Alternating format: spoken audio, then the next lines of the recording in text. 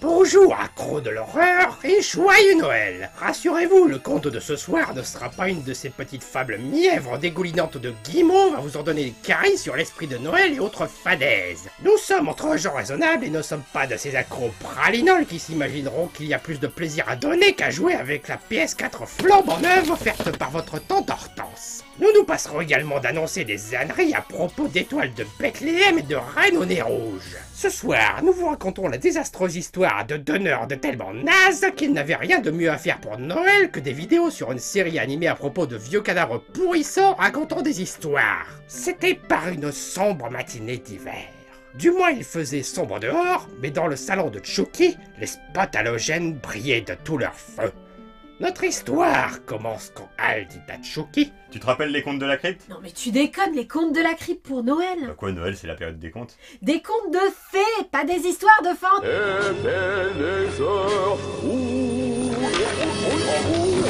Je veux dire pas des histoires glauques.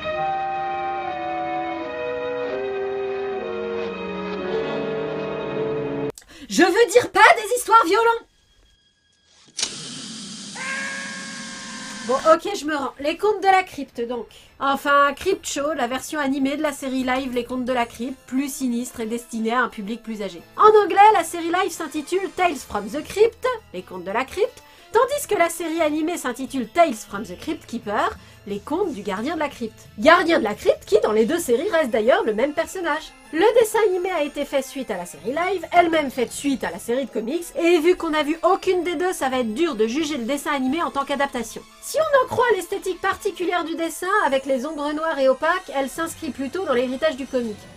Le comic en question fait d'ailleurs un caméo dans la série et le générique de la saison 2 fait penser à une succession de pages de comics. En même temps, un support dessiné, ça semble logique de l'adapter en support dessiné. C'est plutôt faire une série live qui semble incongrue dans ces cas-là. Oui, mais rappelle-toi que, en cœur, les dessins animés, c'est pour les enfants. À la base, les comics aussi. Vous allez pas le croire, il lit des bandes dessinées. Des BD, Barry Allen, c'est le Flash.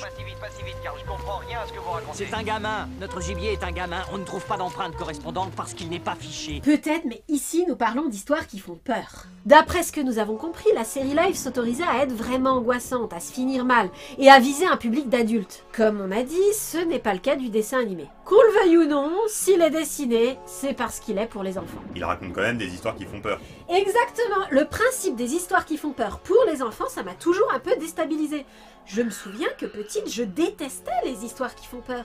Et quelque chose me dit que je suis pas la seule à être dans ce cas. Bon, mon goût pour les histoires qui font peur a aussi dépendu de l'âge que j'avais. Et d'une manière générale, je n'aimais pas avoir peur. Donc, dans l'idée, j'aurais dû être contre le fait même que ce type de série existe, ou du moins qu'on me les montre. Pourtant, malgré tout le déplaisir que je pouvais avoir à être effrayée, j'étais fascinée par ce type d'histoire, et je guettais toujours avec impatience la diffusion de Fais-moi peur et de Eerie Indiana. Ça prouve que tu aimais avoir peur quand même quelque part. Je te jure que non, c'était autre chose.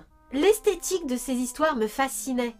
Il y avait toujours une musique particulière, une structure particulière, des visuels destinés à rendre l'intervention de la créature fantastique marquante, et souvent même une grande réflexion générale sur la vie et ce qui la rend précieuse pour renforcer le côté tragique des événements. Je n'aimais pas avoir peur, mais j'aimais cette esthétique au point d'accepter de m'infliger ces frayeurs pour pouvoir en profiter. D'ailleurs, je me suis assez vite lassée des chairs de poule où le côté esthétique était totalement négligé au profit du côté effrayant. N'empêche que Chair de Poule, ça a cartonné au point d'être adapté en série live. Preuve qu'il y a bien un public d'enfants pour les histoires qui visent la peur plutôt que l'esthétique. Enfin d'enfants, de pré-ado surtout. On doit se sentir plus grand quand on joue à se faire peur, ça doit être ça.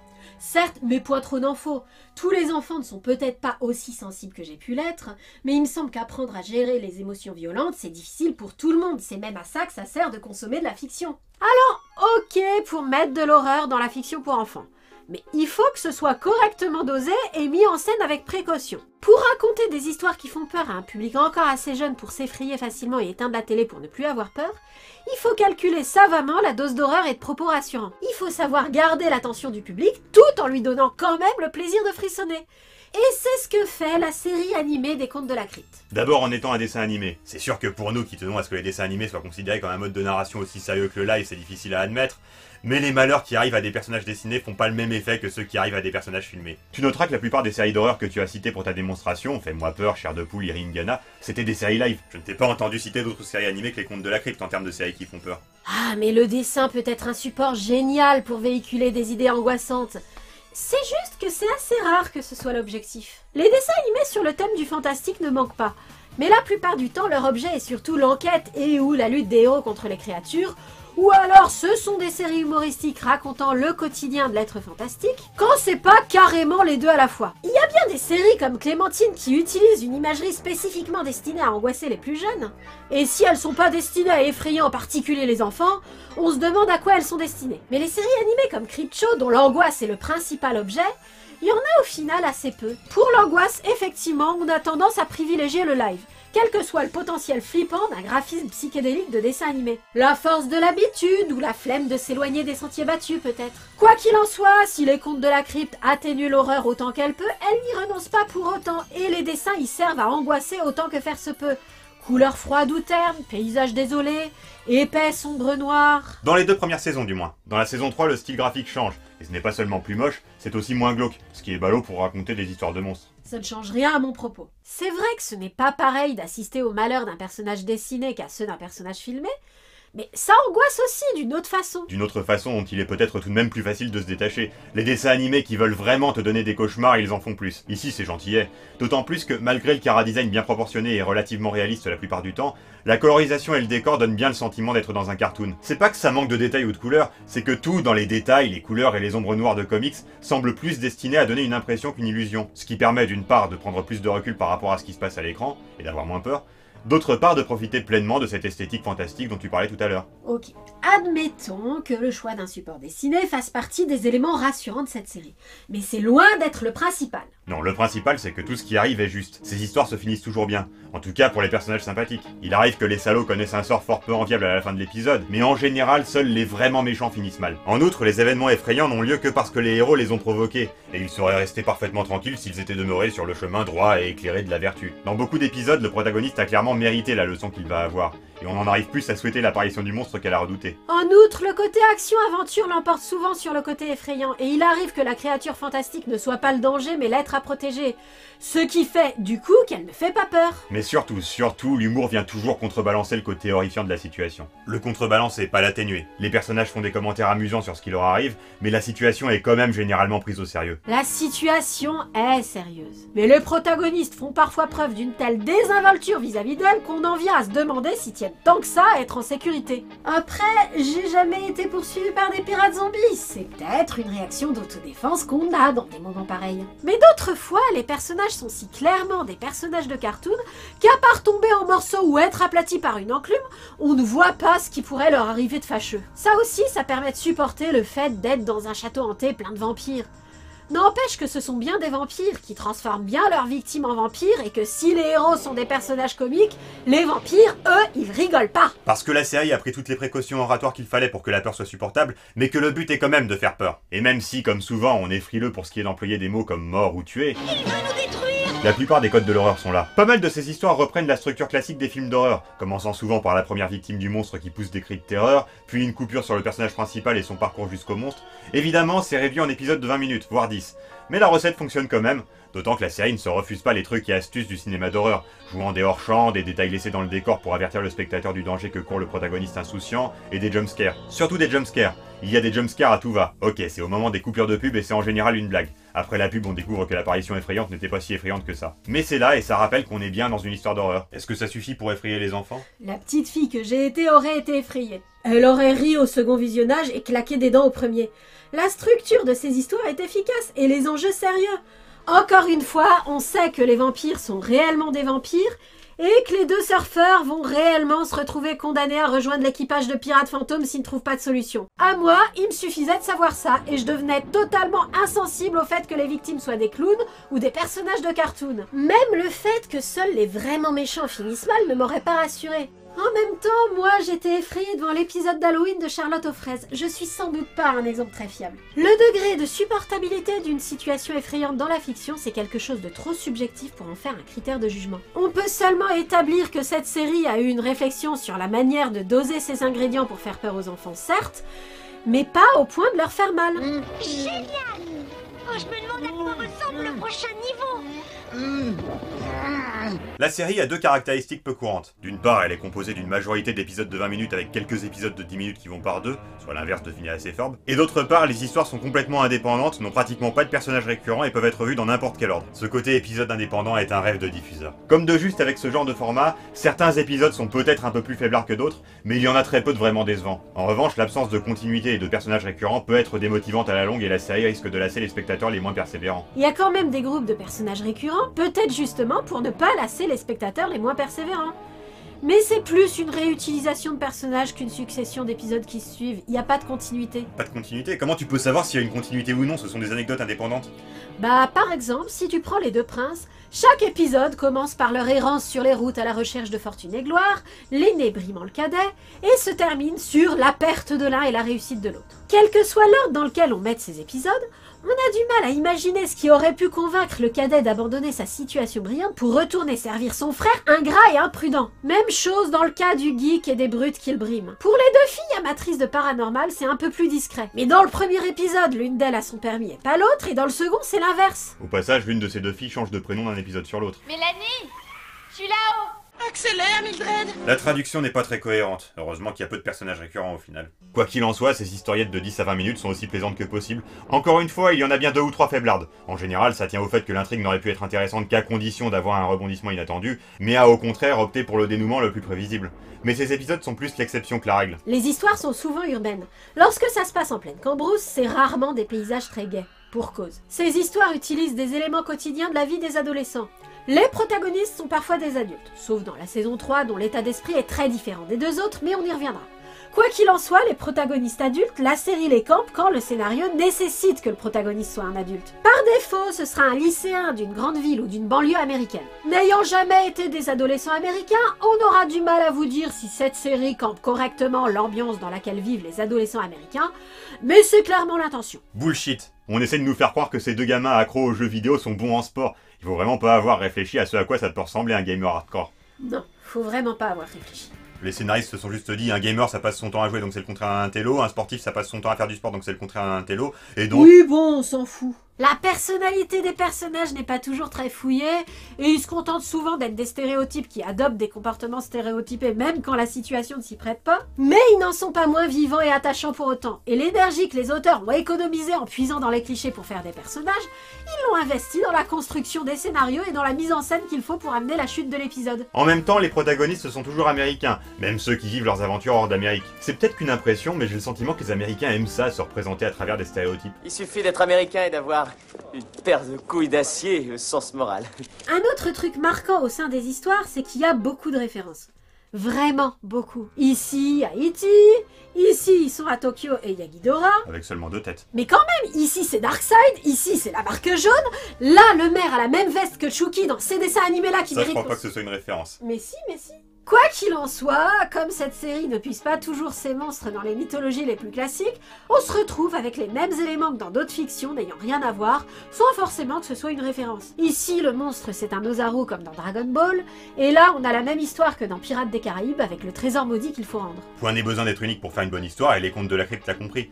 De toute façon, à l'impossible, nul n'est tenu. C'est déjà une chose de pondre 13 bonnes intrigues d'une traite, on va pas réclamer en plus qu'elles soient novatrices. Tu veux de l'innovation? Je vais t'en donner de l'innovation. C'est confirmé, monsieur.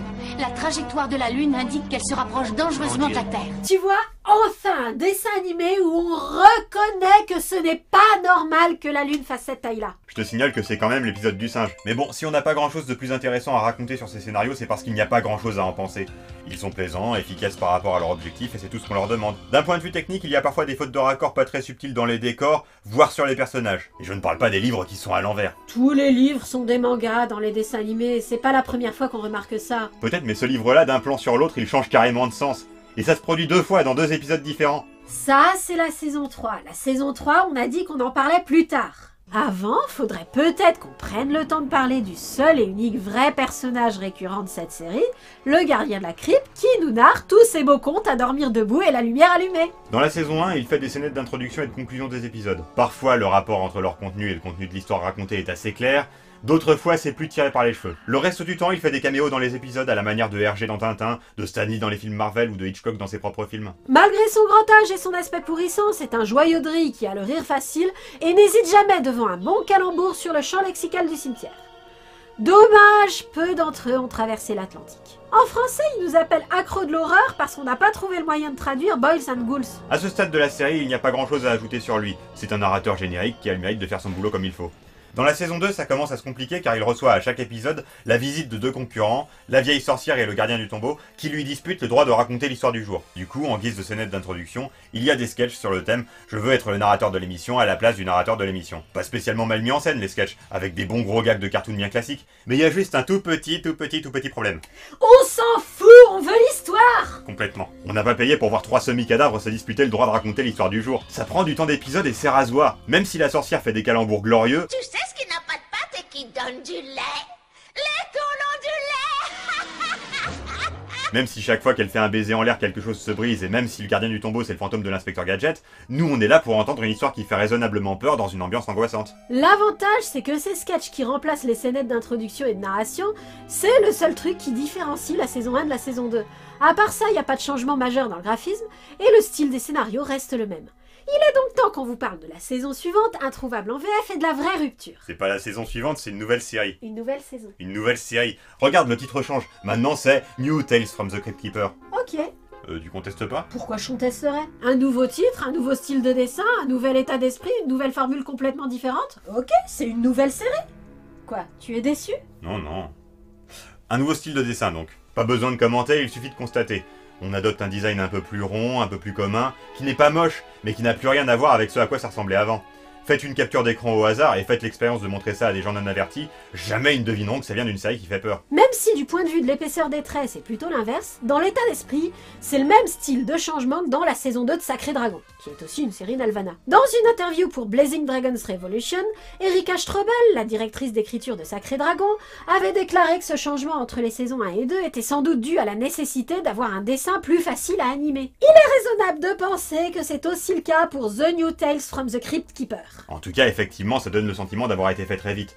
Les épisodes semblent beaucoup moins inspirés. C'est une impression subjective, donc dure à argumenter, mais c'est le sentiment général qu'on en retire. Ce qui est objectif, c'est qu'il y a une nouvelle formule complètement différente. Plus de narrateur. Le gardien de la crypte intervient dans l'histoire. Il y assiste de loin, fait des commentaires à l'intention du spectateur, puis approche le personnage principal pour lui donner l'objet qui va lui permettre d'avoir la leçon qu'il mérite pour ses actions. Parce que maintenant, les protagonistes sont systématiquement des enfants ayant besoin d'une bonne paire de claques pour leur apprendre la vie. Et c'est le gardien de la crypte qui va se charger de leur donner la fameuse paire de claques. Radical, mais en général, ce que l'enfant fait pour le mériter est effectivement assez grave pour justifier ce type de punition.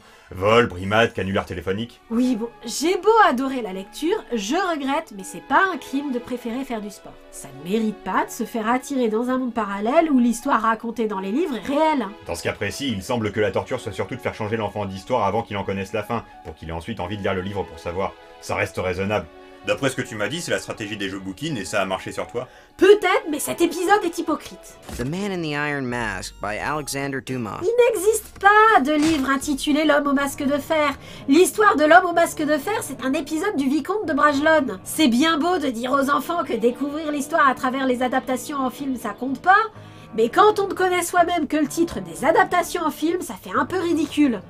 Je déteste les épisodes de dessins animés sur la lecture. C'est comme les épisodes sur le théâtre, c'est toujours super naïf. Dans cet épisode-là, le personnage principal est tout seul, mais souvent ils sont deux.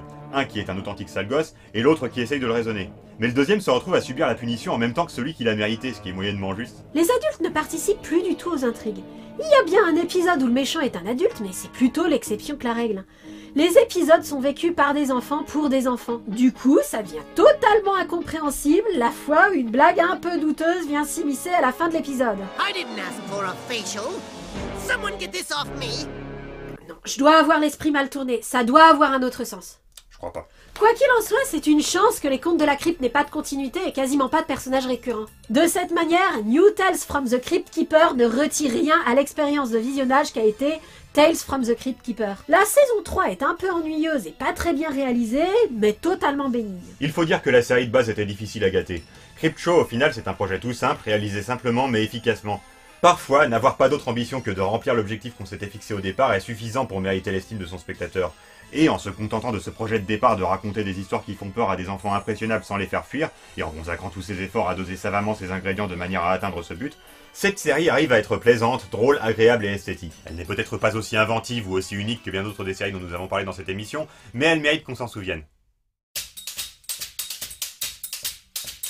Mon nom est Craig Moran, je suis l'invité permanent de Monsieur Rotmucker. Il a raison! Par un beau clair de lune, une étoile filante traversa l'immensité du ciel. Moi je me pose une meilleure question. Pourquoi on part pas comme Speedy? À tous sauf à moi, pauvre pomme, car moi je suis l'invincible prince charmant. Je ne sais pas ce que c'est que ce truc, mais on l'aura. Qui est le mystérieux Batman? Les vacances, c'est fait pour prendre du bon temps. Cherchez pas, Eddie, c'est moi. Si c'était mon rêve, pourquoi voudriez-vous que j'en sois moi aussi la victime? Et je crois savoir qui peut nous introduire à la cour. Wow, il y a même de la moquette en plumes. Kenny Seldon dit le boss. Je t'ai dit des centaines de fois de ne pas faire ça. Alors tu comptes arnaquer des tocards toute ta vie? Tu sais, ce n'est pas dans mes habitudes. Je finis toujours les restes. Mais en cas de farce majeure... Ce type a pas l'air très cool.